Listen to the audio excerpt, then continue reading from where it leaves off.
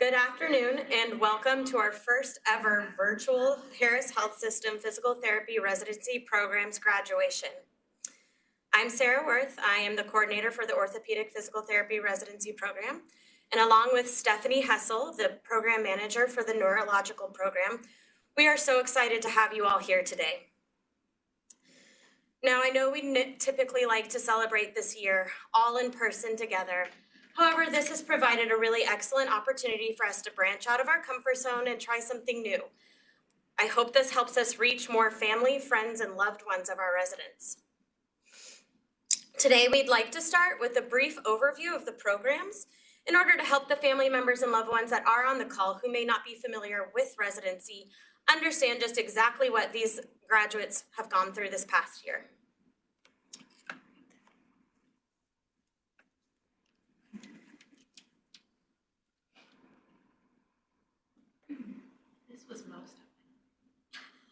All right. So what is residency? So I think one thing to highlight here is that is an optional year of professional training geared at helping the graduate or the member of the residency program specialize in a certain area of physical therapy. So in our case, neurologic and orthopedic.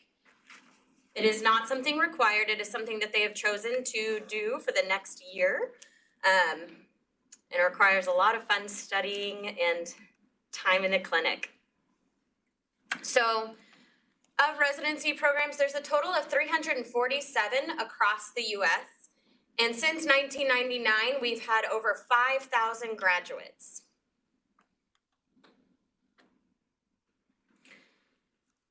As far as orthopedic residencies go, there are a total of 112 nationwide. There are 6 in the state of Texas, 5 of which are housed within the Houston area.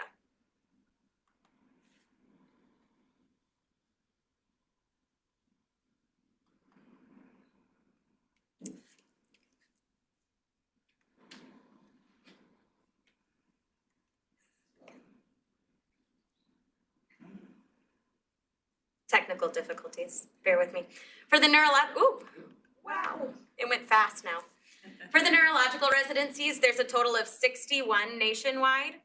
I believe that there are 5 within the state of Texas, and there are 2 within Houston. Thank you for Steph for giving me those facts off the top of her head. So our philosophy for our program is that we believe that residents will find a very personal and highly challenging experience with Harris Health System. We believe that finding the right fit is very essential to the growth and development of any new professional. And we believe in investing in the future of our profession and teaching the next generation of physical therapists.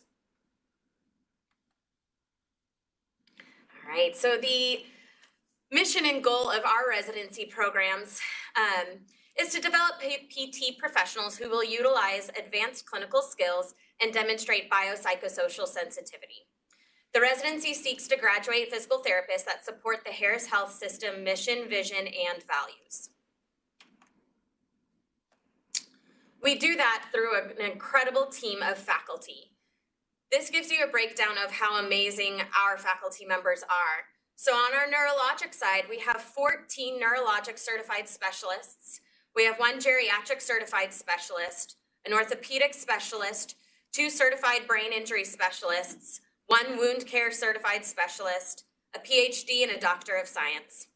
On the orthopedic side, we have 18 orthopedic clinical specialists, 1 that is also a sports clinical specialist. We have 9 fellows, and we have a PhD candidate, and 1 Doctor of Science.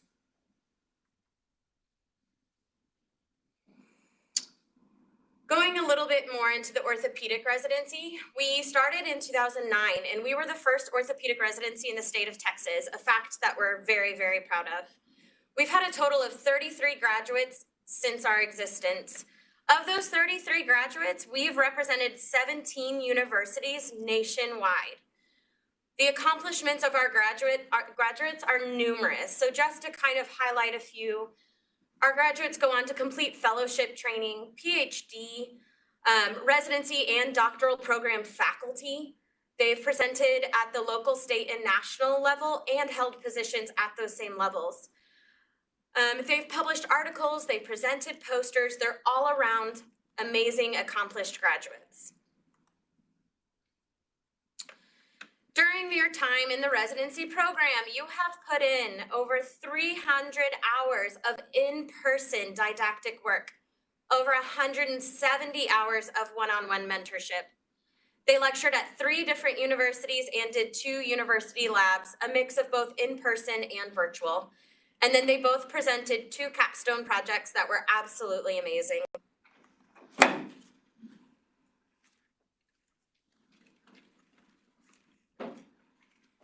Good afternoon. I'm Stephanie Hessel. I'm the Neurologic Residency Program Manager. And our Neurologic Residency program started in 2011. Since then, we've had 16 graduates, and those graduates have represented 13 universities nationwide. Like the ortho program, our graduates have accomplished numerous things since then. Some of those include going on to be residency faculty, seeking out advanced neuro certifications. They've held local offices.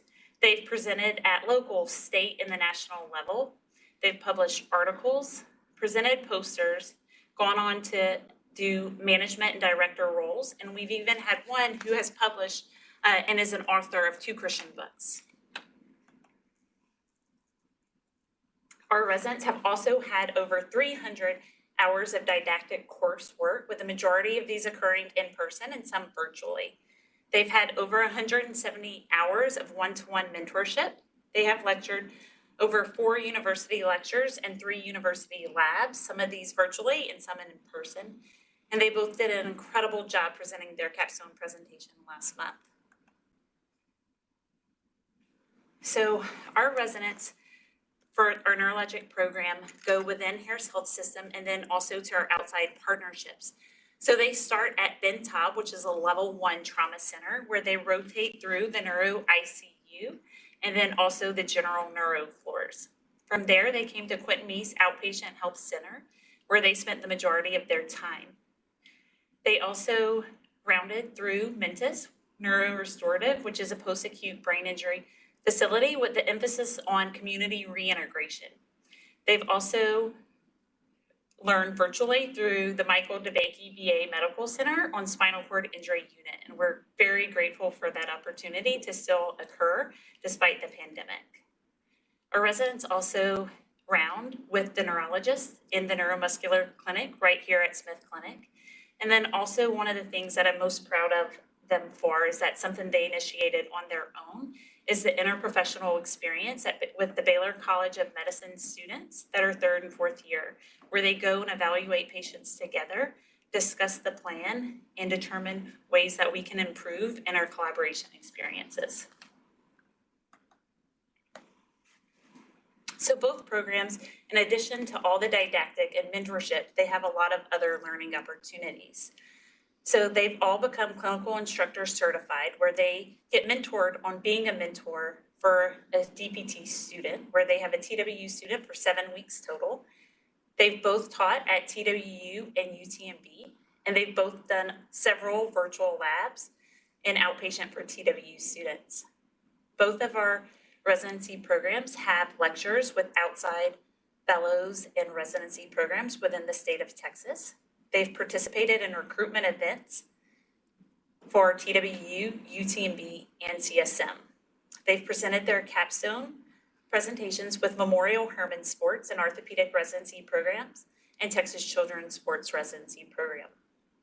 And they also have the opportunity to collaborate with each other on the neuro side and the ortho side throughout the year. An incredible busy year. And keep in mind, our residents and graduates accomplished all of this despite a global pandemic and going through CMS survey, which is an incredibly big ordeal for any hospital organization. And they did it with demonstrating resiliency, flexibility, adaptability, a smile on their face, patience, and continue to think outside of the box. All of this is a wonderful segue to our next speaker, Laura Wiggs. Laura Wiggs received her Bachelor's of Science in Physical Therapy from the School of Allied Health Sciences at the University of Texas Medical Branch in Galveston. in August of 1991. Laura then began her career in neuro at UTMB Hospital after her graduation. Since then, Laura has touched many lives of both patients and fellow professionals within the neurologic field. Laura is currently the Director of Community Outreach at United Spinal Association, Houston. She also consults for Rehab Without Walls here in Houston. She also serves as adjunct faculty for our Neurologic Residency program.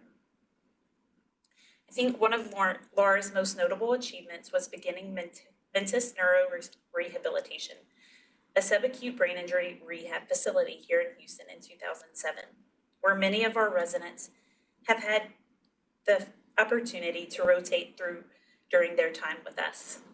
Laura has used her experience as a clinician and educator to develop and implement 6 brain programs for Mentis. Prior to this, Laura worked as a physical therapist at the Institute for Rehab and Research Challenge program from 2002 until May of 2007. She also served as clinical assistant manager and physical therapy supervisor for the brain injury team during her time at TIER beginning in August of 1994. Laura is a board-certified clinical specialist in neurology. She is also a certified brain injury specialist, as well as being NDT certified. She has published articles on the subject of neurologic rehab and stroke, along with the role of hypertonicity in management of neurologic patients in professional journals such as Archives of Physical Medicine and Rehab and Topics in Stroke Rehabilitation. Laura is also a reviewer for the Archives of Physical Medicine and Rehab. In addition to her varied clinical leadership roles and services, Laura has served as adjunct faculty for UTMB since 2002. She has lectured internationally on topics such as predicting functional outcomes, presented on topics of comprehensive management of adults with traumatic brain injury, managing the agitated patient, and hypertonicity management for individuals with MS and stroke. Her professional activities include committee membership in the TPTA, as well as membership in the APTA and APTA Neuro section. We are proud that Laura is a member of our physical therapy residency faculty and feel incredibly fortunate to have you as our keynote speaker here today. She will be presenting on Navigating Without a Map, Thoughts for Shaping Your Future.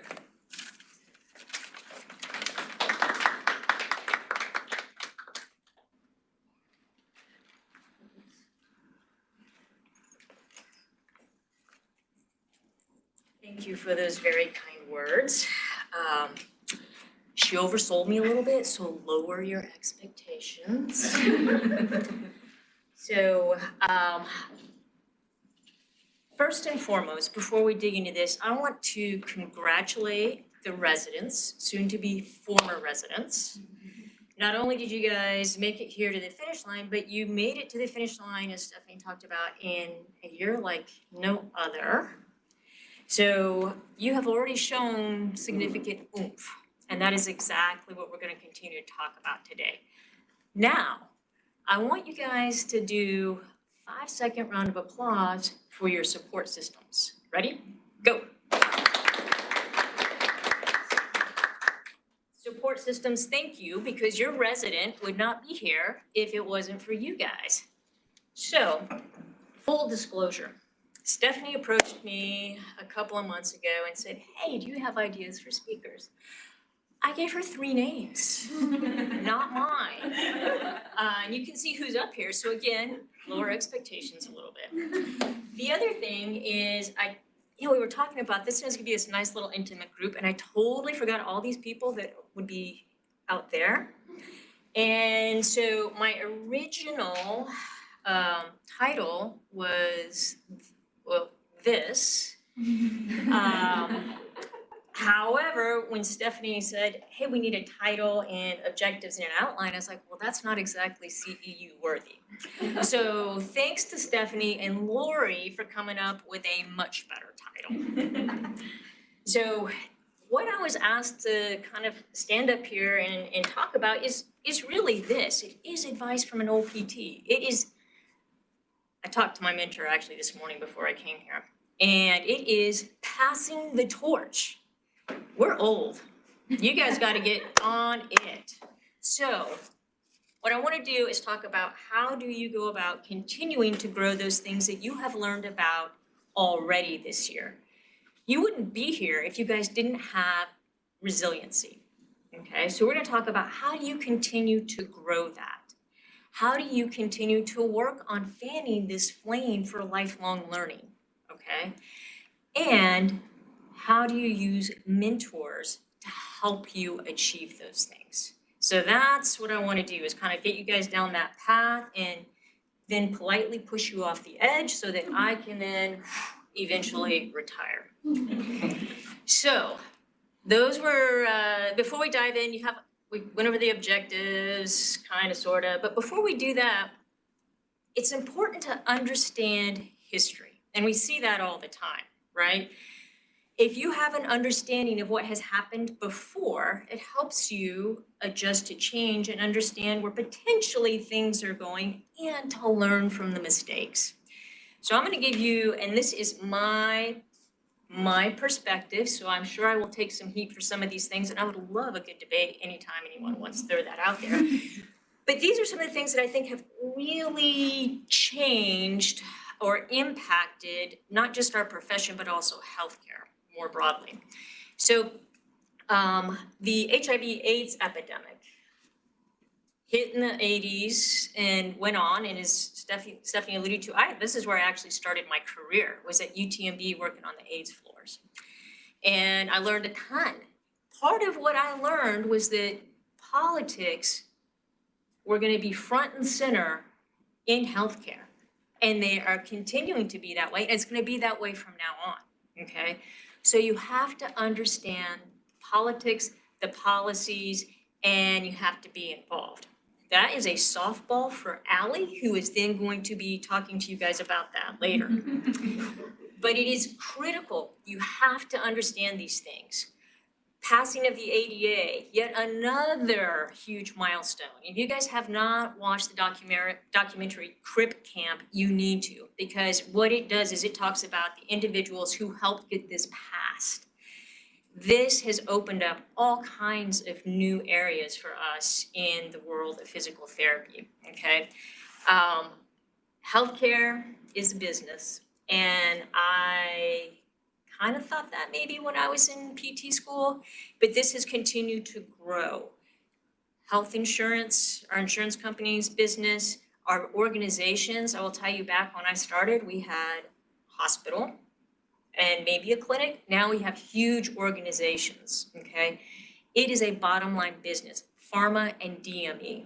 And if you think that it's not, don't be fooled, okay? Not saying that it's necessarily a bad thing, I'm just saying you have to be aware of these things. It's important to understand that. HMO managed care came along in the 80s, really took hold in the early 90s. And the idea here, besides bottom line savings for the insurance companies, was to develop specializations and have a product line to give better care. So there are really, everyone, the original intent, I think, had some good things. And this has helped us actually specialize. Be clear, in the world of PT, we were already specializing from an APTA standpoint in ortho back in the 70s, right? But this, with the advent of HMOs, this really forced us to branch out, and we have all kinds of additional specializations, as you guys saw by that lovely list earlier of how many specialists there are within Harris Health System. So there were a lot of good things that were coming out from that. Pendulum swings. Now we're in kind of a bit of a bind sometimes with HMO and managed care, where length of stays are much shorter than even what evidence says they should be. Number of visits are limited, sometimes even more so than what evidence says they should be. So this pendulum swinging, okay, this is why it's important to kind of get an idea about all of these things. We've had frequent cuts to Medicare and Medicaid. Again, Allie's going to talk about this. There's a 9% proposed cut coming up for Medicare. We need to push for that not to happen. I want to be clear. Some of the reasons we have had such big cuts to Medicaid and Medicare is fraud and abuse. And shame on us, all these years, all those people who've come before you who didn't blow the whistle on individuals and programs where there was fraud and abuse. I mean, I'm not joking, guys. Like, this is like in the early 90s, FBI would raid hospitals and clinics because there was so much fraud and abuse going on. So unfortunately, some of this we've done to ourselves. Okay, so be aware of that as you move into your future. Learn from the mistakes that have been made before you. EMR, it's the good, the bad, the ugly, and that's a whole nother lecture, so we aren't going to go there right now. Evidence-based practice has been a great thing, not just for PT, but for healthcare overall, okay? Again, be cautious how that pendulum swings. There are now so many journals and so many papers that are published, you can pretty much find a paper that supports just about anything. Be cautious, okay? Read your literature thoroughly, all right? We have moved from technicians to diagnosticians. We finally got a form of direct access here in Texas. We were talking about this when I was in PT school in the 80s, and it just happened a couple years ago. Be involved, okay? I'm gonna take heat for this, I'm gonna put it out there. Again, you gotta be cautious with the pendulum. Is it swinging too far? We also want to be known as people who best know how to treat and manage, not just perform special tests and perform outcome measures. We need to be cautious, okay? But in a good way, right? Embrace it. And pain management, boy, has that changed through the years. So in the late 80s, early 90s, you talked about pain, but we didn't do a good job of documenting it and we were struggling to treat it, okay? Out of that, unfortunately, the negative part of this has turned into the opioid epidemic. This is also partly, guys, why all of your governing bodies, CARF, JACO, DNB, whoever, they are big on, are you managing pain? This has opened the door, combined with some of the other factors that we had with bottom line, to make it a lot easier for physicians to write an order for a script as opposed to referring out, okay? This opioid epidemic is not going to go away anytime soon. We have a big role to play in that. And so lots of things to work on in that area. The big positive that has come out of this is again, the pendulum has swung back a little bit, understanding some of the biopsychosocial components. Back in the day when we had length of stays in rehab, that I'm not going to tell you how long they were because they were ridiculously long, but we really took into account this biopsychosocial component. And then as things got faster, quicker, we let that go. Now, guess what? It's front and center again because it is important, okay? So these are all, there's good and bad with everything from history, and you just need to understand it so that you can better drive down your path. Growth in the C-suites. This is fantastic. This is something that was unheard of when I was a young clinician. This is important, guys, because when you have PTs at the table, PT services will not be cut. And this is huge. And I know I sound like, and I am on a soapbox right now, so I apologize. I'm preaching, so hang in there with me. This is why we need PTs in the C-suites, okay? Because it's easy to scratch, it is a business, and it is easy to scratch a line off, okay? So be involved.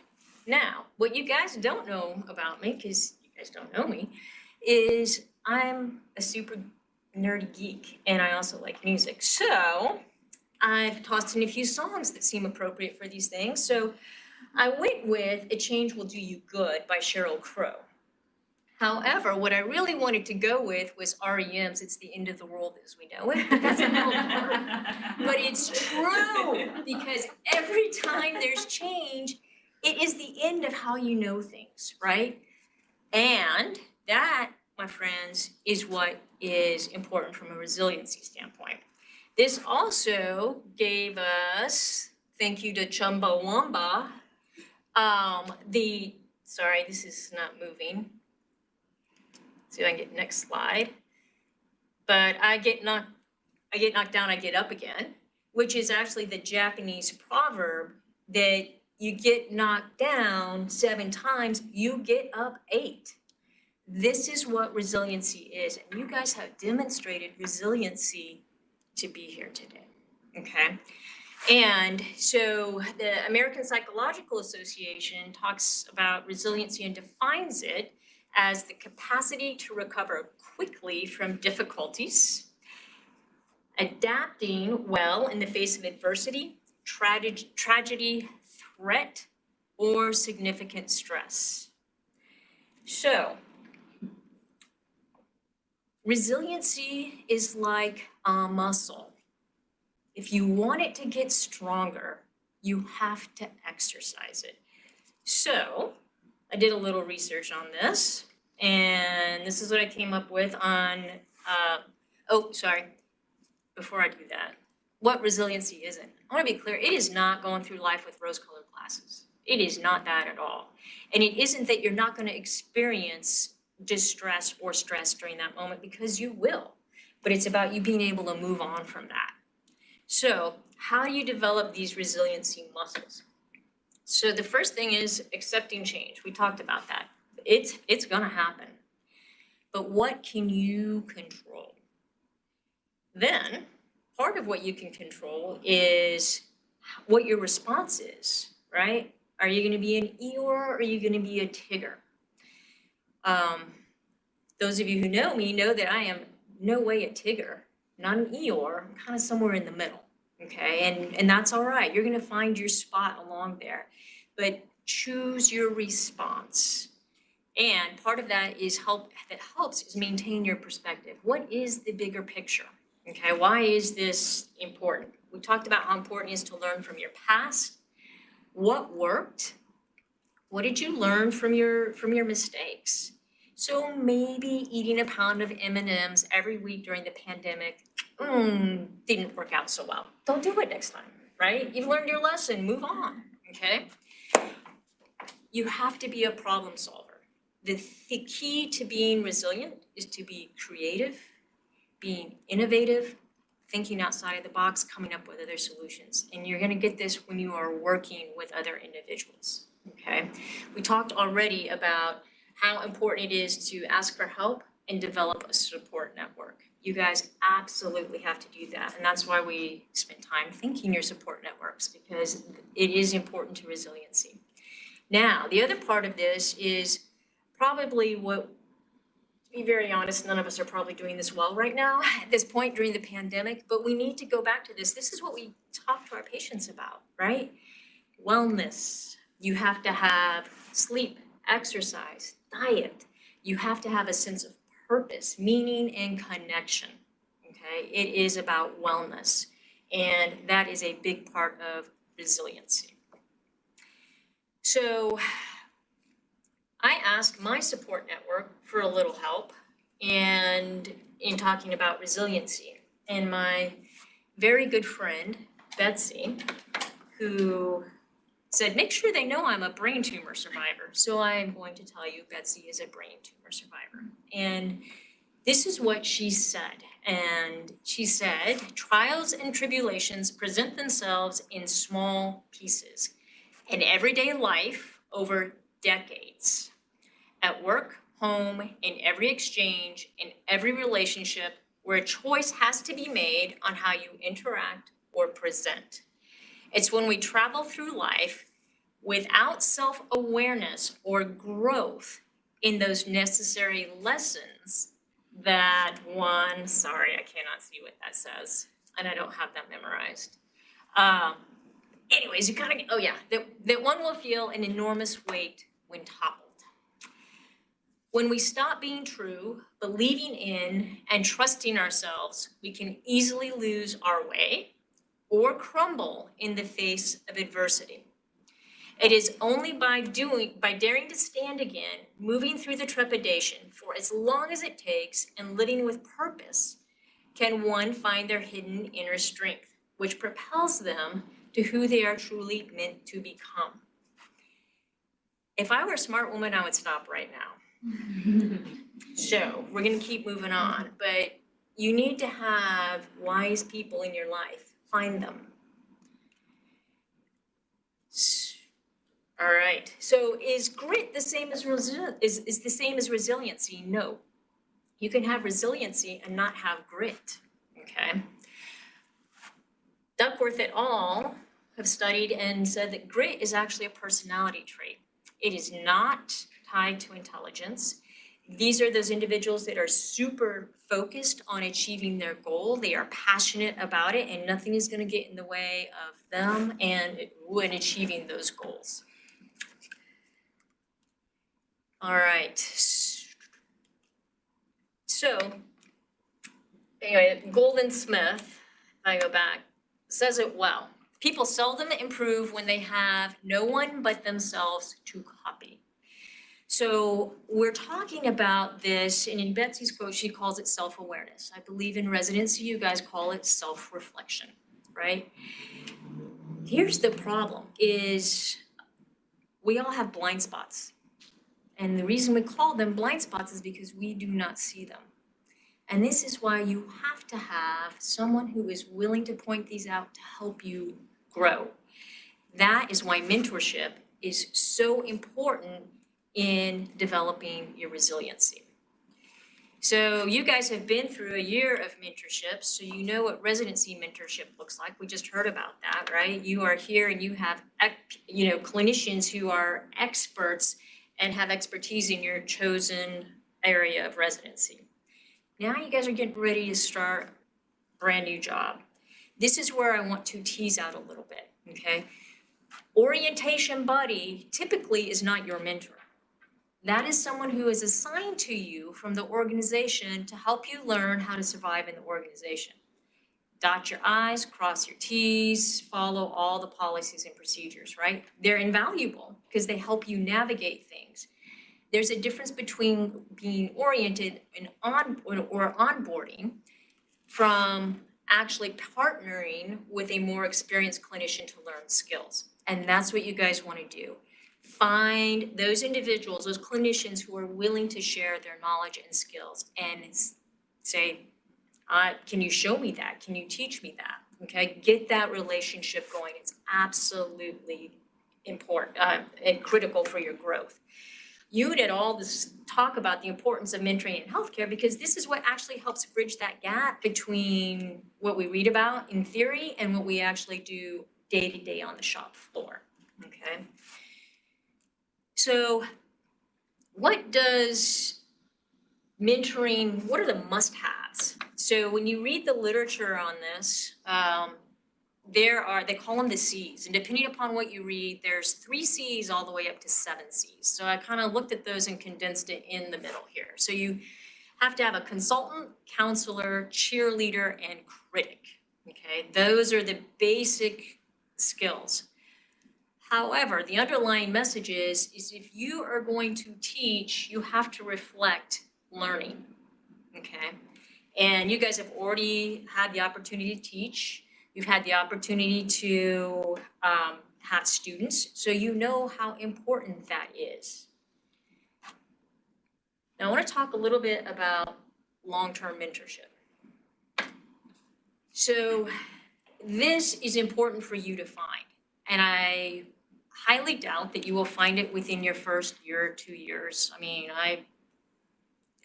sometimes it takes you years to find your mentor for PT. So like with any other mentor that you guys have in other areas of your life, you want to choose them carefully. So the concept here is, this is Aristotle and Plato. So Aristotle was a mentor to Plato for 20 years, up until when Aristotle died, okay? Aristotle's expectation wasn't that Plato was going to turn into a mini-me. He didn't want another Aristotle. He wanted to fuel this critical thinking in order for Plato to go on and develop his own philosophy. And then Plato went on and he did the same thing for other philosophers. That is the sign of a true mentor. A true mentor does not want you to do things exactly the way they do. They are 100% invested in how to develop your critical thinking. Part of that is they're going to be willing to give you honest feedback and tell you about these blind spots. that relationship is a two-way street. What helped Aristotle and Plato is that back and forth discussion. It's not all just teach me. It is about being able to go back and forth and have discussions. That is what actually makes that. And then the key is they have to be lifelong learners. And I will say two things for your PT mentor. They have to be passionate about PT, not just the specialty area, but PT as a whole. And they have to have a good moral compass. Okay. So I'm giving a shout out to my two mentors. And this is what happens when your mentor doesn't send you a photo. You find the photo that is going to be the most embarrassing, and that's what you put up there. So this is my mentor, Mandy Smith. And Mandy has been my second mentor, and she helps me with my blind spot, which is my concreteness, and I have several. But she helps me, she spurs me on to develop my creativity and thinking outside of the box. My first mentor was Dr. Laura K. Smith, who at the time I had no idea that she was like Laura K. Smith. I was on my way to case presentation. I just started working at TIER, and one of my colleagues said, in case presentation was when over our lunch, we would get together and we would watch people walk, watch their gait, and then make decisions about what would be the best bracing for them. Great lively debates and discussions.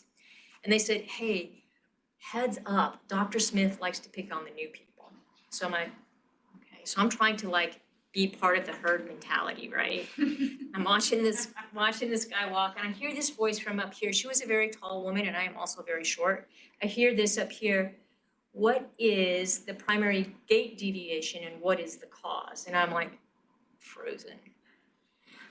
She was kind, stayed after. We had a very good discussion. I was so wrong. And she was so kind in how she helped coach me through that and started making me think. This became an everyday thing. I mean, an every week thing. And it became a two-way discussion after that. We'd sit down, we would talk about the policies and politics that were going on in the world of PT, would talk about articles.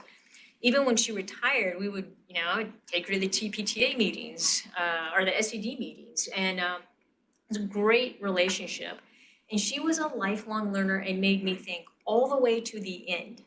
She was in hospice, and I was sitting beside her bed, and she was in and out, in and out. She looks up at me and she's like, did you read the latest PT journal? And I was like, yes, ma'am. And I was like, man, all right, I have this, I've got to carry this forwards. And so that is what a good mentor can bring to you, okay? Find one, the right one, choose wisely, and they will help you along your path. The most important thing is that they're going to help you figure out that it's okay that you don't have a path. Now, that sounds crazy because they're going to get you on your path, but I've got this big arrow showing me which way to go, and as I'm looking at that mountain, I'm like, there's not a trail. You're going to have to create your own trail. And it doesn't have to be, I have to go this way down the academic route, I have to go this way doing this. My route has been circuitous. I have been all over the place, but I've enjoyed it thoroughly, and I wouldn't trade it for anything. And it is because my mentors helped me along the way, okay? All right, so let's talk a little bit about what is the key to being a lifelong learner. Okay, so you guys lucked out and you didn't get me during residency this year. Whew. But the key is, any guesses? Neuroplasticity. Or, as Dr. David Engelman, the neuroscientist now calls it, live wired. Great book, highly recommend you get it. So, as you guys know, our brain is somewhat malleable, okay? If it's provided new experiences and reps. And if you want to really seal the deal on those connections, you need to get pumped up. Okay. You need to get pumped up about it because that's going to give you that dopamine and endorphin rush. That's what helps turn that into a pattern, right? So you see somebody and they're doing a mobilization, you're like, wow, that worked like magic. Teach me that. You're pumped up about it. What happens? You get in there, you learn how to do that, and now it's rote, right? However, sometimes we're not always all that excited about learning, as in when change comes along that we're not so excited about. Herein lies the problem. And this actually, for those of you that are in leadership, is Rock and Schwartz, the neuroscience of leadership. Just saying, there is some neuroscience to this. So the problem is, if there's something that we're not enjoying, that little primitive part of our brain called the amygdala gets a little undone, right? And that makes us panic. It's out of our control. That's what blocks and makes it to where we don't want to learn. Okay, so we've got to be able to somehow figure out how to ditch that.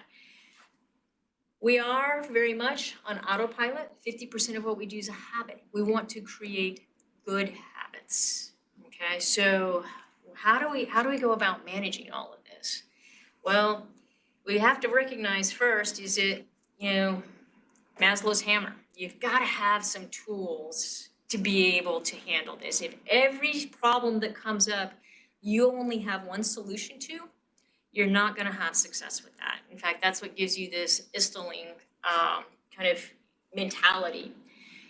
P.B. Medawar said it best. Human mind treats a new idea the same way that a body treats a strange virus. It rejects it. So lifelong learning, the key, guys, is check your ego at the door. When I have made my biggest mistakes, it has been because my ego has gotten in the way. And that is sometimes hard to say. I'm telling you right now, ego is evil. So you also have to be open to learn from everyone. When I worked at UTB on the AIDS floors, I learned how I wanted my bedside manner to be. I wanted my bedside manner to be like the housekeeping staff that came in, knocked on the door, greeted the patient by name, had a smile on, explained what they were going to do, and then said, "Is there anything else I can please do for you?" I also learned that I did not want my bedside manner to be like the attending physician who came in looking at, back then we wrote in charts, looking at the chart, not looking at the patient, having very poor communication and leaving. Learn from everyone. Every interaction that you have has something of value, either how you want to do things or how you don't want to do things, okay? You guys know all this, challenges of opportunities, but play and have fun. Being a PT is a great thing. Have fun, enjoy it. And unlearn your assumptions. This bites you every single time, okay?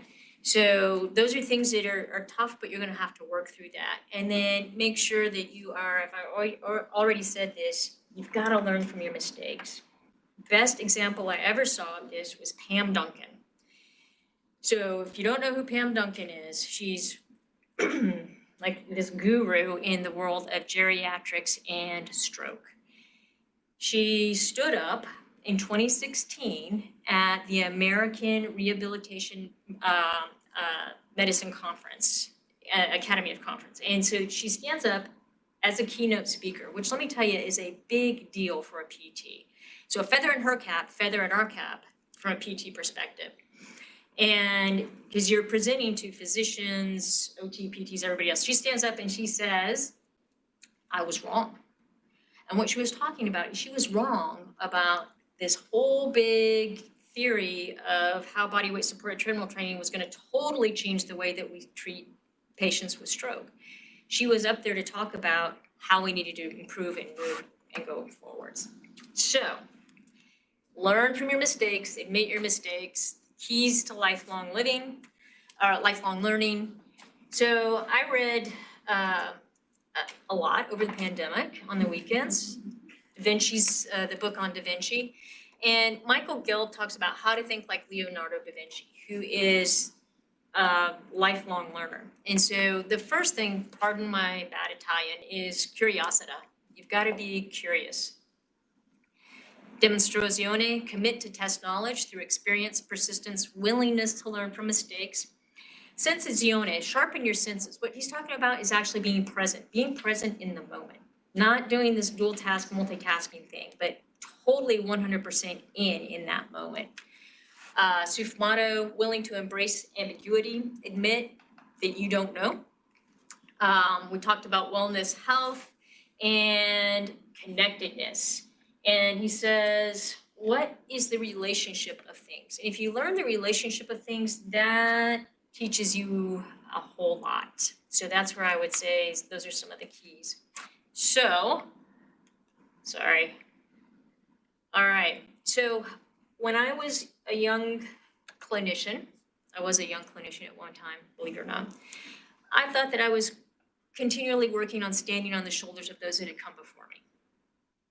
Not bad, right? I mean, yep, and I'm still giving homage to them.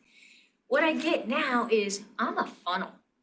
And everybody that has worked with me and taken the time to teach me is part of how I present on a day-to-day basis.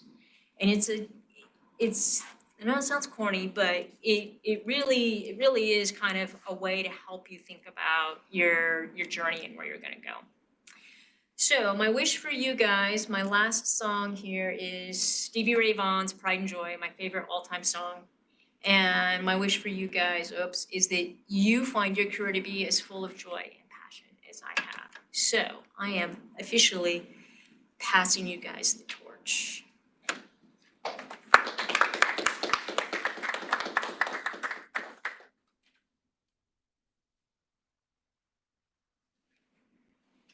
Thank you, Laura, so much for that incredibly inspiring speech. I know, especially right now, during a global pandemic and COVID, the dead heat of summer in Houston, Texas, that's even more inspiring, inspirational, and helps move us forward. So thank you so much. At this time, one of our graduates needs the restroom. So we are going to take a quick 3 to 4 minute break to allow everyone to run to the restroom. That way they can enjoy the rest of the presentation.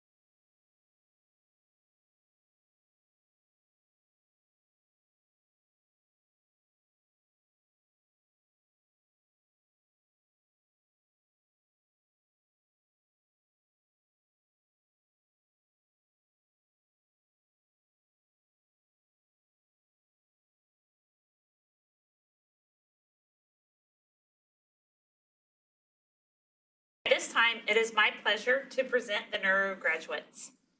Every year, it's a joy to have another cohort and class of residents. Not only do the residents learn, but faculty and myself also have the opportunity to grow and learn with each class. This year was no different. I've learned a great deal from both of these individuals, and I'm fortunate to have had the opportunity to work with you both. Megan and Victor have been through the thick of it. Not only have they been through COVID, but they also went through CMS survey twice, which put a halt on their inpatient rehab experience. What I was most impressed with by both of these individuals is how they handled it and how mature. They were disappointed, of course, but they also both understood the process. They continued to choose to push forward, putting their heads down to work and seek out new opportunities to take care of their patients to the best of their abilities. They were always able to keep the big picture in sight and keep track of the important things. They also did an incredible job of supporting each other throughout the thick and thin of it. At this time, I would like to present Mayowa Victor Oyelami with his certificate of completion for residency.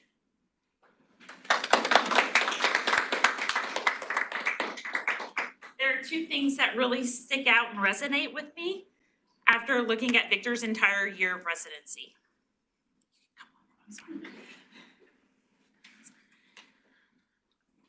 And this is his positivity and his drive to always continue to improve communication and to improve himself. So first, I'd like to give y'all an example of his positivity. Yesterday, we were in the staff break office area, and Victor didn't realize his own strength, grabbed his styrofoam cup of coffee and spilt it everywhere.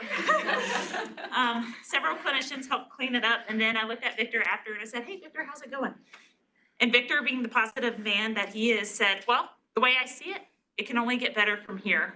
And I was like, this is Victor. This is how he got throughout the entire residency year with a huge smile on his face. Another impressive thing about Victor is how he seeks to understand and constantly wants to improve his communication to be able to continue his overall interactions. He always asked questions and truly reflected and would come back, and it led to more learning, inspiration of everyone who interacted with you, and just your overall ability to continue to want to do better will always stay with me and will continue to try to make me more positive, and then to think and seek to understand. It's been a pleasure. Congratulations, Victor. Thank you.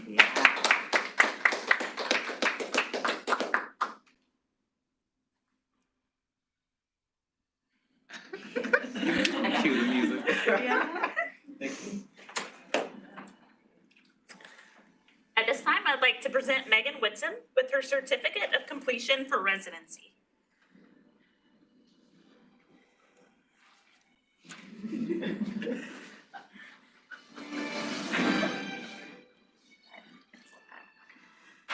There are several things that impress me about Megan, such as her compassion and empathy for others and her ability to grant people grace. Megan moved away from her family, which I know was no easy feat for her. She poured her heart and her energy into her patients. She went above and beyond in terms of care coordination and even found resources that I wasn't aware of. She also has an incredible gift for using eloquent communication. Leave it to Megan to find the very best way to phrase something, even if it's a difficult conversation, by using inclusive language and clear communication. She was often able to share and enlighten us in this respect, and I'm grateful for the opportunity to have learned from you. Congratulations, Megan. Thank you.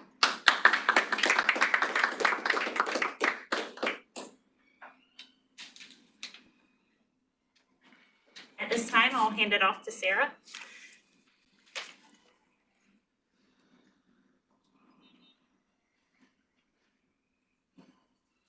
All right, the 2019-2020 ortho cohort was comprised of two accomplished independent young women from Texas Women's University, Allison Butcher and Victoria Olawoyeye.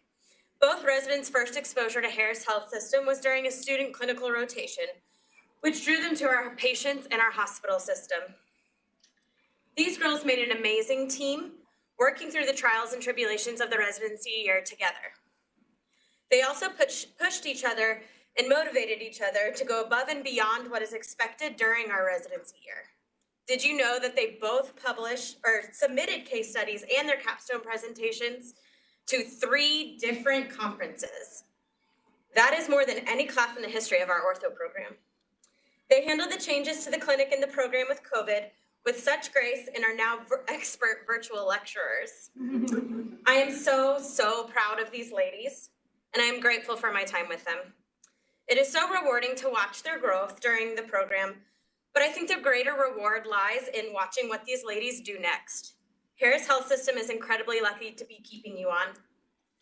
I'd now like to present for their certificate, Allison Butcher.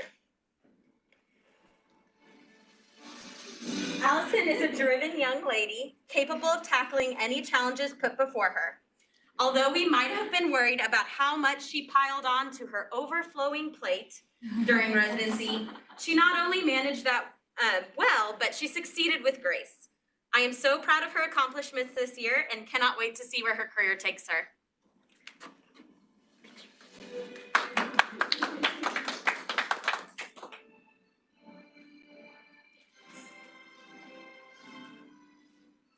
All right, next I would like to present Oluwatosin Victoria Olawoyeye with her Certificate of Completion for Residency.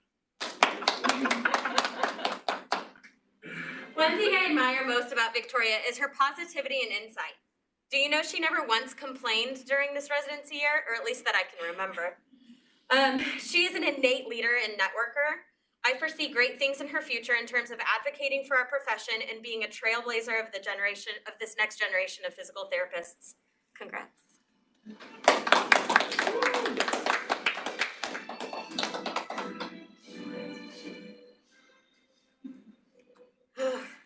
Congratulations, 2019-2020 cohort. Y'all did it.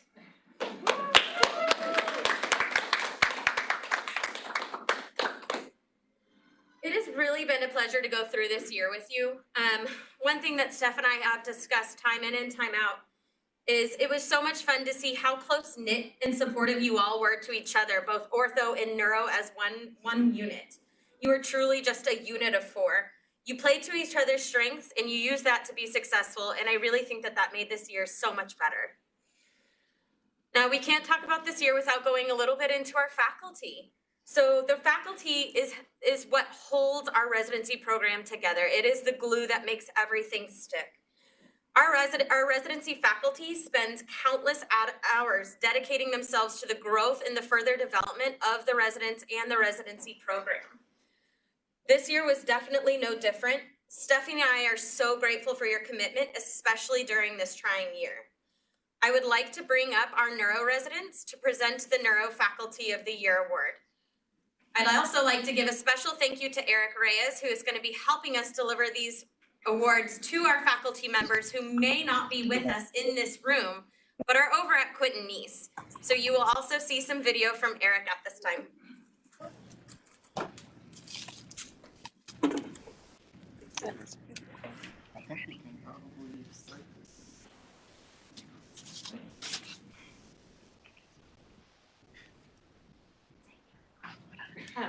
Eric, are you ready? Yes. Okay, All right. awesome.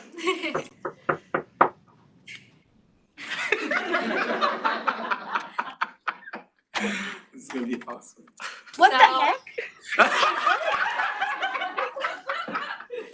Oh, man, this is great. You gotta listen, you gotta listen. Oh my gosh. Victor and I have been incredibly fortunate recipients of the wisdom, guidance, and compassion of an amazing team of mentors and faculty over the past year. And we are so grateful to each of you for the part that you've played in our journey. That being said,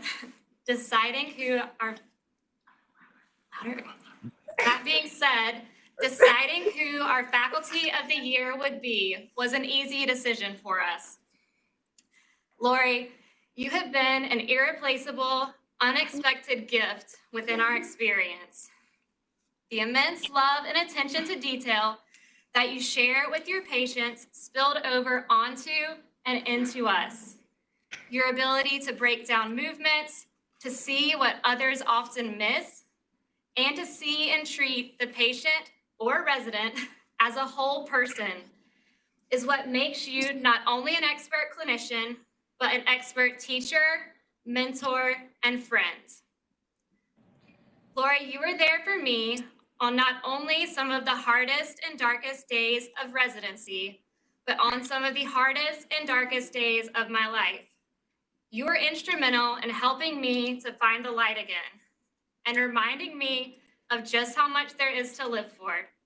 You are such a gift and blessing to everyone, both patients and colleagues who have the privilege of knowing you. So to us, Lori embodies the whole idea of lifelong learning. Having been with Harris Health for over 25 years, she still gets excited and she's always prepared or even over-prepared to teach her residents and to also learn from them. And as a mentor, she takes the time to dot every I and cross every T's, and then comes and cross it 2,000 times more, because that's just how she is. She wants to be really prepared. And that's just how she operates. With such an incredible wealth of knowledge, she makes sure to provide a sense of calm and safety when faced with good questions and not so good questions.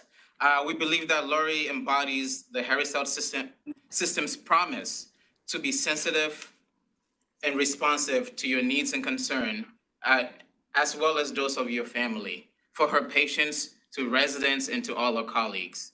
And our last and most favorite thing about Lori is that this mentor knows how to have fun. So we are proud today to dub her Queen of the Don't Leave Me Challenge, all right?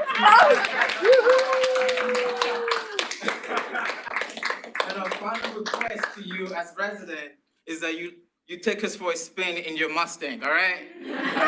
So we'd like to present our award to Lori for Mentor of the Year. Thank you, Lori. Thank you.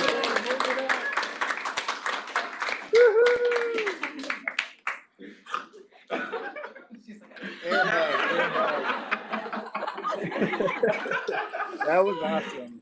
Okay, all right, well, bye, Lori.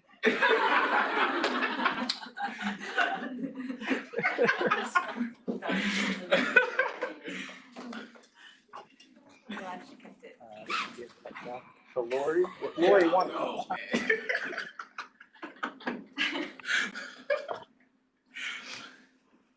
Eric, let us know when you're in the right place.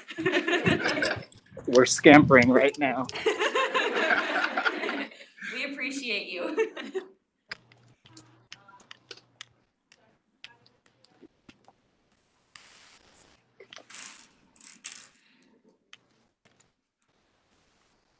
That was awesome.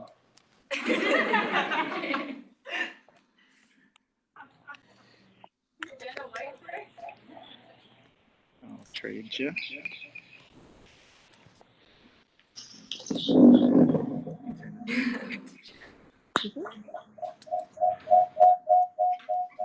Maybe turn the mic. Be a hard act to follow, but we would like to say it has truly been an incredible year for us. Victoria and I have loved working with each and every mentor and faculty member this year. You have each taught us so much about physical therapy, each other, and life. It has been an honor to work with each of you, and we look forward to continuing to learn from each of you as colleagues going forward. That being said, we'd like to give one special shout out. The person that we want to honor today is someone who's a little bit newer to ortho faculty, but has given so much to both of us and to the program. She put in a tremendous amount of work to revamping one of our major modules, which we both really appreciated and enjoyed. From the brain breaks to drawing out ideas on the whiteboard to making sure that we were always prepared for exams and quizzes, she went out of her way to help us understand everything that we were learning. We loved showing up our artistic skills, whether it was drawing out anatomical diagrams of the knee or drawing stick figures of our dogs. She was always happy to answer questions, both in class and in the clinic, and made an effort every day to come down to our little corner and make sure that we were hanging in there. Another reason we chose this person was the confidence and the encouragement that she gave both of us in our personal and our professional lives. Whether it was the advice on running and physical fitness or pushing us into our new professional organizations. She always helped us push us outside of our comfort zone, even more than residency already has, and to do and accomplish more than we could ever have thought. If you haven't figured out who we're talking about by now, we'll give you another hint. This person's infectious energy is matched by no other in the clinic. Appreciated by both clinicians and patients alike, she can always see the positive side of any situation and make sure that there is never a dull moment. Taryn, thank you so much for all you have done for us this year. We will miss you greatly, and we're so grateful that we are going to be back at Harris Health, and we're glad that you came back to us this year.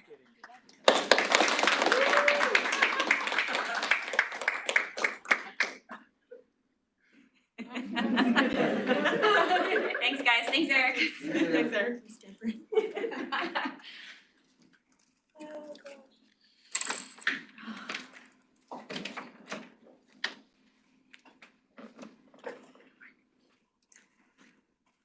I think that might be one of my most favorite Faculty of the Year presentations, like styles ever. We may have to continue this like sneak photo attack. It's great. Okay, so I now have the pleasure of introducing our advocacy speaker. Allison Smith graduated with her bachelor's degree in health sciences and a minor in psychology from Purdue University in 2011, where she was also an NCAA Division I swimmer. After that, she attended Washington University in St. Louis and achieved her Doctor of Physical Therapy degree in 2014.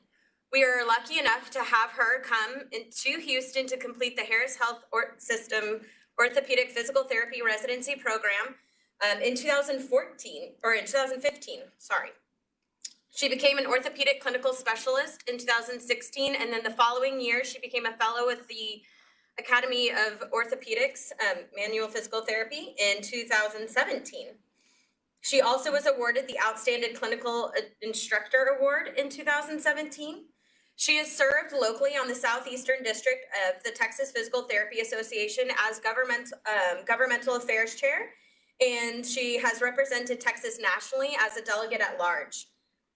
Quick little ploy, she is running again, so if you are a TPTA member, log on after this and make your vote and let everybody know that she needs your vote so that she can be another delegate at large and continue to represent us and our unique patient population nationwide.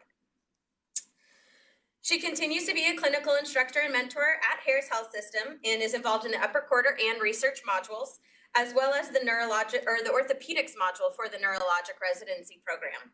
Last but not least, Allie is a PhD candidate with Texas Women's University, continuing to make us proud as a graduate of our program. Thank you so much, Allie.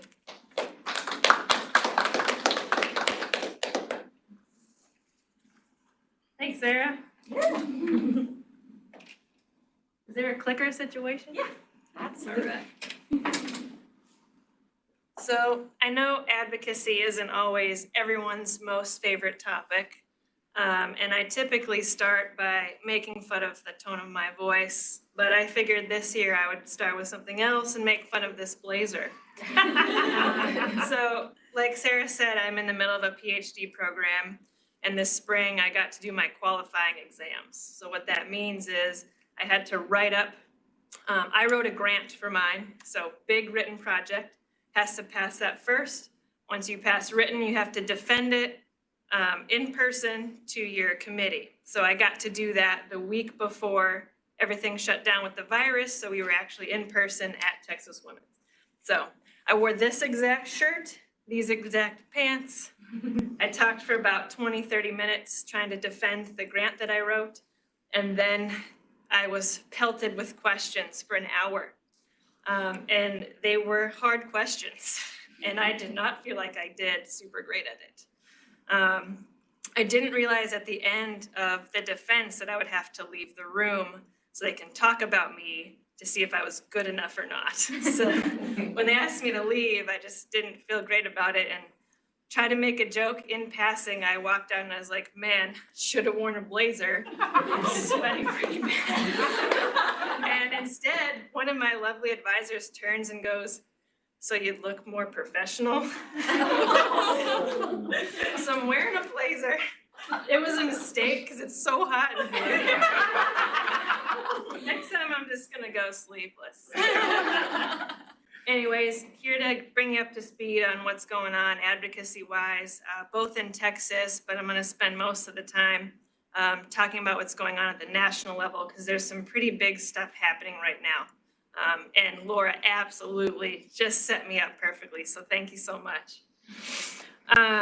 One Texas update, you probably know already if you've had to renew your license in the past couple years is they added fingerprinting, so you had to get your fingerprints taken.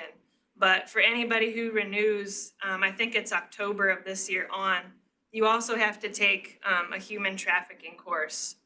It counts as one CCU and you have to do it. It's kind of like the JAM, the jurisprudence exam. I had to renew this year and I took that course and it's really good. It's really informative. It was part of a bill that was passed into law last year. So another Texas update, legislative day will hopefully happen. That usually happens early in years that end in an odd number. So Texas legislators meet in odd years. This year as an even year, they're doing all the prep. They're writing their bills, they're doing the research, they're figuring out what their constituents want. They're doing all the groundwork so that they can bring these bills up to the floor next year. So we'll see if that happens in person. I will absolutely let you know. I've gone every year, I've been in Texas. It's really, really fun, easy to get to, and can do a lot of good with just one day of effort, so. I talked about the compact last year. Lots of blue. Blue is good. Darker blue means they're part of the compact. Light blue means they are on their way to being part of the compact. And the green has like laws in the works. So if you look this year, last year compared to this year, we got a lot more dark blue. So that's awesome. All these states that are the dark blue color, you can apply for a compact license and you can practice in those states, which is really cool. And each year it seems like we have more and more states bringing up legislatures so they can be part of this. So that's a great thing for all of us. So on the national level, the biggest one obviously is the Medicare physician fee schedule. So I'm going to talk quite a bit about that because it's really, really important. I'm sure you've heard of it. It's going to be terrible if that happens. Some other things that they're talking about or are a priority is telehealth and then education and workforce legislation. So I'll talk about all of that, but most of the time is going to be spent on that 9% cut. So what this is, the Center for Medicare and Medicaid, they want to increase value for what's called EM codes, or evaluation and management codes. We will get a tiny baby benefit from this. It is not anywhere near enough to offset what they want to do in order to do this. So they have to have budget neutrality. They have to. It's a statute. So in order to do that, in order to increase the value for the EM codes like they want to, they're trying to find cuts elsewhere. We're not the only profession that could be devastated by these cuts. There's like almost 30 others. And for us, our cut is 9%. Some professions, the cut is bigger, some's a little smaller. This could be a domino that cascades and it's gonna affect us all. It's not just about us and us getting paid, like we wanna get paid for what we do. The scarier part is what's gonna happen to the patients. We're in the middle of a public health crisis that we've never seen before. This could not have worse timing. It's gonna affect access to services. Thankfully, CMS has let us do telehealth for now because it's a public health emergency, but that could get taken away from us. They claim they don't have authority to add us as a provider for telehealth. We're basically just a bandage right now. So we would need a whole separate bill for us to keep our telehealth stuff, which we are, and I'll talk about that too. But the bigger problem is gonna be our patients. Clinics already have had to close. Tons of PTs have lost their jobs or have been furloughed. This is the absolute, there's never a good time for cuts of any kind, but this could not come at a worse time. And I know, we do the best we can with our limited resources. If you take another 9-10% chop of that, I don't know what we're going to do. So you probably saw, if you're on any kind of social media, Instagram, Twitter, Facebook, yesterday, there was a big push to try to get people to send letters to CMS. APTA members, non-APTA members, Medicare, Medicaid patients. The goal was to try to get 50,000 letters sent. From what I checked just a couple hours ago, it looks like we almost made it to 38,000. So that's a lot better than the couple hundred here or there that we've been trickling through all summer long. So to jump from maybe not even 2,000-3,000 letters to 38,000 letters should speak to something of what we're wanting. But it's nowhere near enough. Our voice has to be louder. The deadline for comments is October 5th, because after that, they're in recess, they're not there. So the time to do something is right now. So if you've never done anything like this before, I would love to help you. Once I'm done talking here, I'm gonna send out an email blast to everybody that has links to everything. You don't have to search for anything. The instructions are so simple. Your time commitment is 1 minute. I think you could spare 1 minute of your day to send a letter because we need your voice so badly. That email's going out. It is now? Great, awesome. Check your email. You can stop listening to me if you want and do that instead. It's more important. I think we might be frozen. Okay, oops. Yes, okay. So if you're an APTA member, it's a lot easier to participate in these kinds of things because they basically spoon feed you everything you need to do. So you can absolutely write a personal letter to who represents you. That would be amazing. That would speak volumes. They would love that. If you don't have time to write a personal letter, that's okay.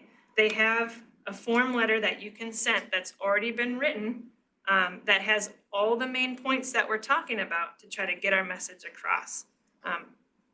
People were posting on Twitter yesterday. It took me 37 seconds to send this.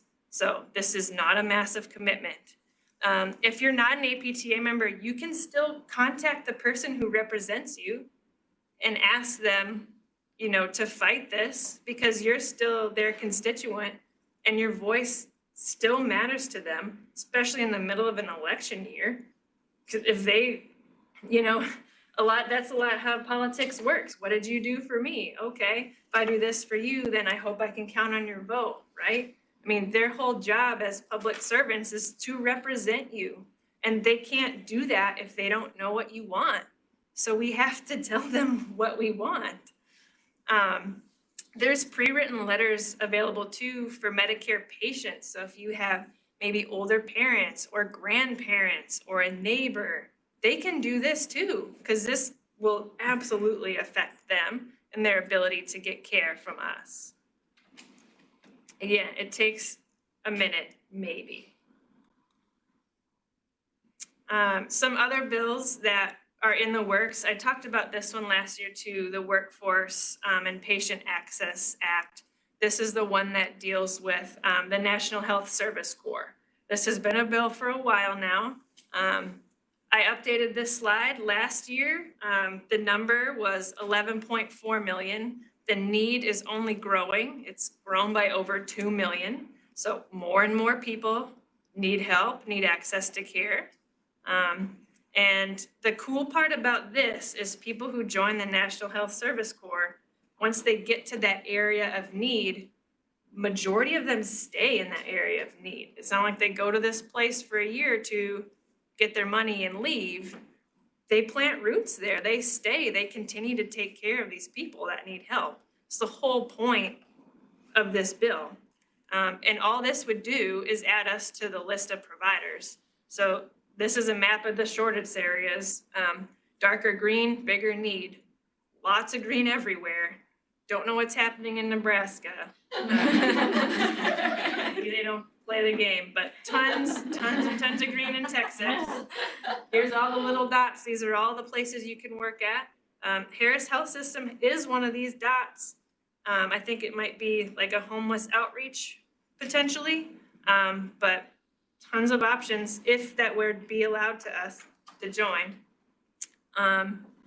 If this were to happen, basically you would apply to join this program. If the need is greater, you would get more of your debt paid off. So that's pretty great. And it's not just about us getting our debt paid or having student loans paid off, which is a big deal and a huge problem that everybody knows about. The bigger deal is getting patients access, patients who need it the most. And if you look at this list, there is no rehab component at all. So when you're talking about opioids and you're talking about non-pharmacological options to get people help, rehab is a good one. We prescribe nothing.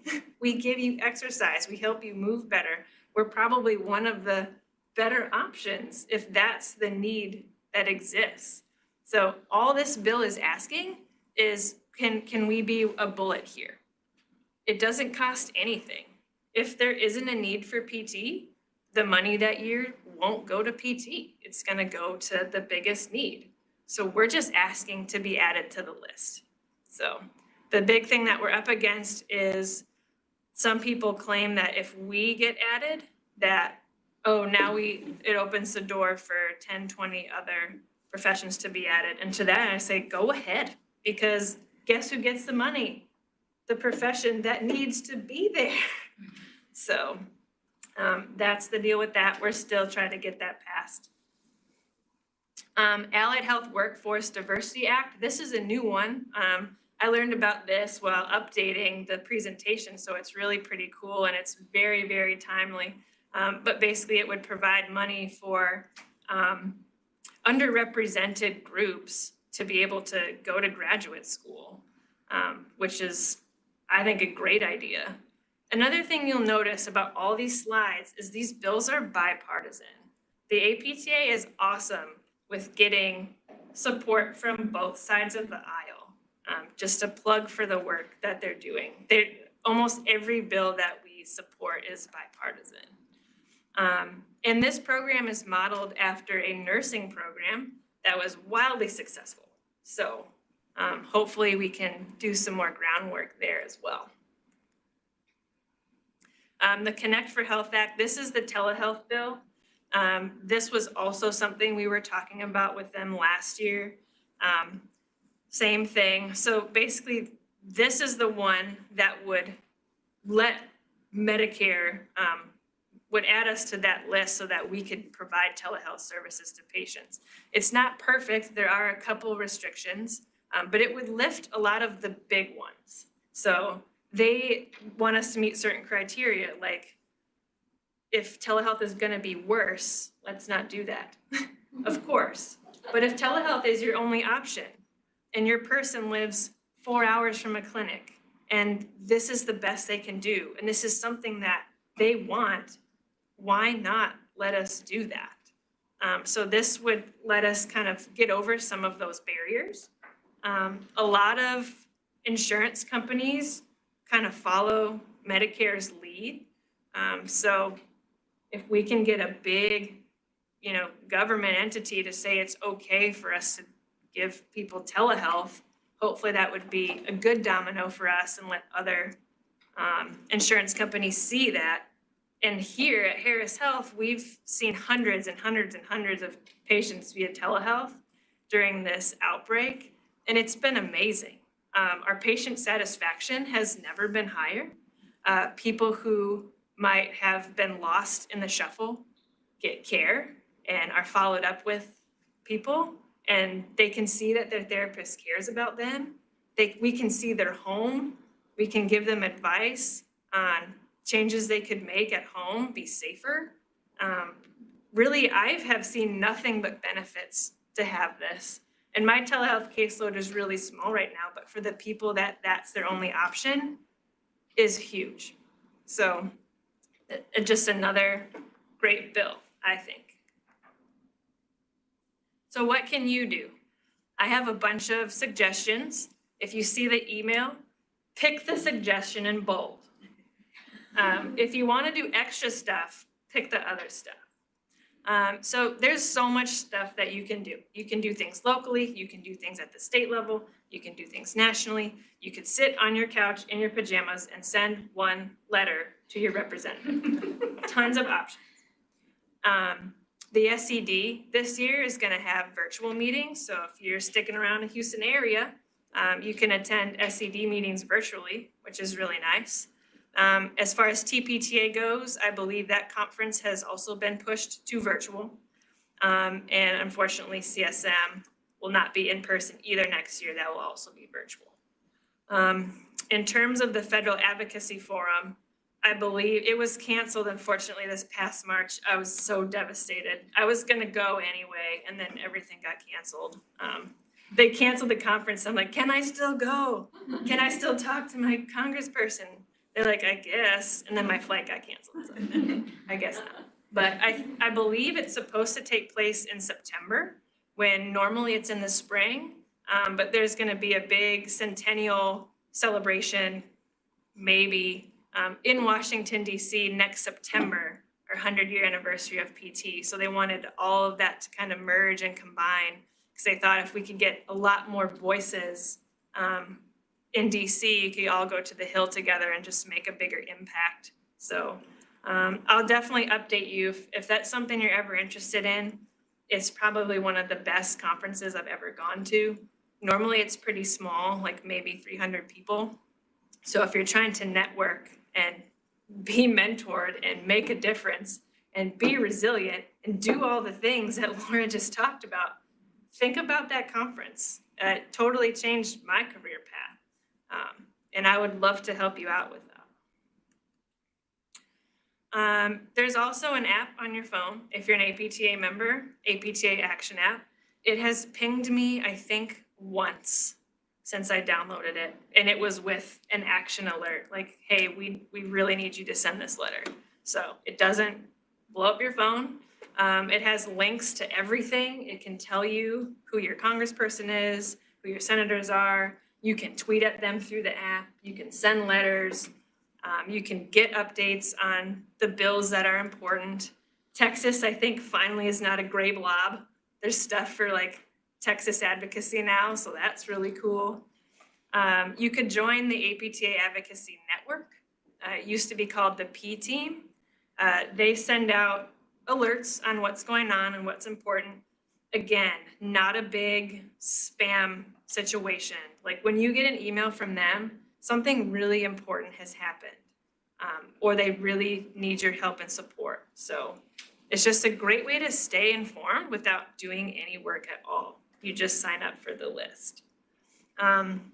Probably the single biggest thing you could do long-term career-wise is to stay an APTA member. It's tough right now. I just renewed my license and I just renewed my membership, and I am hemorrhaging money because I just purchased a home. So I get it. It stinks. It's a big chunk of money. But it is so, so critically important. If we want any of these things to pass, we need your help. The more members we have, the more support we're gonna have, the more we can get done, the more we can help our patients, because that's the bottom line. Like I said before, SED meetings, legislative days up in the air, I can update you later. Becoming a key contact is another option. That's more the long game. That's like actually having a relationship with the person who represents you, or people in their office, like maybe their health legislative aide. A classmate of mine got really close with her congressperson in Minnesota and actually had an effect on legislation up there that allows PTs to sign off on disability placards. So when that came up to vote, he asked my friend for advice, and guess what? It passed. So that's pretty cool. So that's what a key contact is. You're playing the long game. You're really in it. You want to support this person. You want to be in their ear. You want to be the person that they go to for, what's the pulse on PT? What do you think of this? Which is really cool. So something to think about there too. You can always talk to other people about this. I feel like my family has no idea what I do at all, ever. So talking to them, educating them, asking them for help. They're happy to send a letter. I just send them a link, be like, do this. Takes a minute. They'll do that for me. Grandma has sent letters. Grandma has sent me money to donate to the PAC. So this affects her. She has Medicare. Like, I bet she would send a letter if I called her today. So talk to people about this. I bet your patients have no idea that this is happening right now, So to talk to them about it. Break down the barriers for them so it's easier for them to take action. And then our legislators. Sadly, from what I've seen so far in the advocacy stuff that I've done, is legislators support us 100% after they've been through some stuff. So maybe they get cancer. Maybe they were in a car accident. Maybe they lost a limb or had pneumonia or whatever. They go through something horrible health-wise, see what we can do, see our benefits, see everything we give and have to offer, and boom, now we have their full support on anything, and they're our cheerleaders, and that's great. But what about all those other people that have no idea what we do? That's a part of our job, and that's part of a key contact's job too, is just to keep them in the loop of what's happening. So again, maintain your APTA membership. It's huge. As a plug for House of Delegates, this year in the House, we passed a charge for the APTA to look into this. So basically, they have the authority now to change the dues structure, whereas before they couldn't. So I think we must have slashed some kind of bylaw that leaves it open. So now it's not set in stone. Dues have to be this. So we basically opened the door for the board to come up with something better than what is currently. So some ideas that have been floated out there are maybe like an a la carte option. Hey, I'm really busy. I just had a kid. I just went through this. I'm in school again, blah. I'm gonna have the minimum option. I wanna be a member. I can't fully be involved right now, versus all the way up to like platinum package. I'm gonna go to every single conference and sit in the front and go to the PAC party and run for this and do that. Great. And if that's in your place in your life, awesome. Then that should be an option for you. So have a little bit more choice. And the Texas House of Delegates, if the board does not do anything and doesn't take those actions, we want to bring a motion forward with those ideas. So that's another reason why I want to be part of the House of Delegates, because I think getting more membership is going to be critically important. And the current way it's set up is just not very good. So change is coming, and I think it's only going to be good change. The other thing you can do in terms of giving your money is the PAC, the PT PAC. So I have some numbers that are not up there that I wanted to run by you. There are 250,000 licensed PTs in the US. 65,000 of them are APTA members. So that's great. It's like maybe 25%. Of those people, of the 250,000 PTs, 4,411 donated to the PAC in 2019. That is less than 2%. And then you wonder, how do we get anything passed? How do we get anything done if not even 2% of members support what they're doing? The whole point of the Political Action Committee is to do all this work that nobody wants to do. That's what PTs say, right? I don't want to get involved in politics. I don't like policy. Meh. Then give the PAC your money. They're the ones who are doing this. I get it. I just want to help. I just want to help my patient. You are helping nobody if you don't get involved. This is so easy. $1, $20, $100, whatever. There's going to be a big push next week on the 15th and the 16th to try to get students involved. Because guess what? This directly affects them. All these laws that are right here affects the students big time. Affects us, affects our patients. So please think about it. It doesn't take much. $10. This is a popular saying in Washington. If you're not at the table, you're on the menu. This could not be truer right now, this year. And I get that like politics is kind of crazy right now. And a lot of people are taking a step back and maybe being less involved than they've ever been. And it is not the time to sit down, because if those cuts pass, I don't even want to think about what's going to happen to us. So please take your 1 minute, send this letter. If you want any ideas for other ways to get involved, please come and find me. I would love to help you with that. But you cannot do nothing. If you choose to do nothing, it's only going to hurt yourself, the profession, and most importantly, your patients. So please do something. Take an action.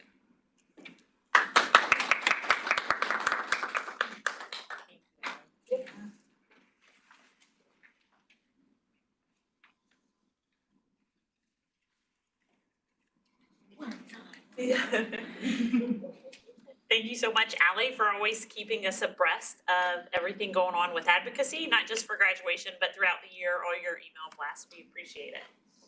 So this concludes our graduation. We want to thank our residency grads for choosing our programs and going above and beyond with your contributions this year. We also want to thank our grads' family members and support system for allowing them to dedicate so much time and energy to our programs and our patients. I'm sure throughout the year you definitely felt a little bit abandoned, and we appreciate you lending them to us for this year. To our faculty, thank y'all for being incredible role models and dedicating yourselves to improving our profession, our programs, and providing excellent patient care on a daily basis. I think it's easy for us to be lost in the notion that this is the norm across the nation because it's something that occurs with us every day. But it is truly an incredible opportunity to work with all of you and see all the amazing work you do across the system.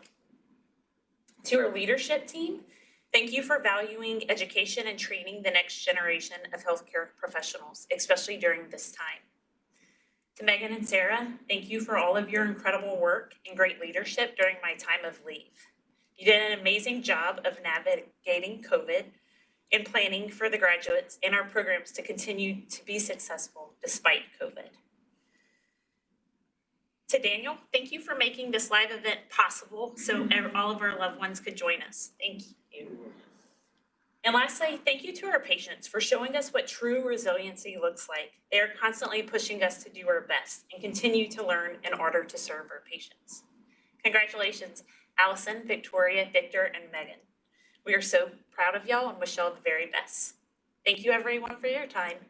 And then y'all will also all get an email on Monday for a survey for CEUs. Thank y'all.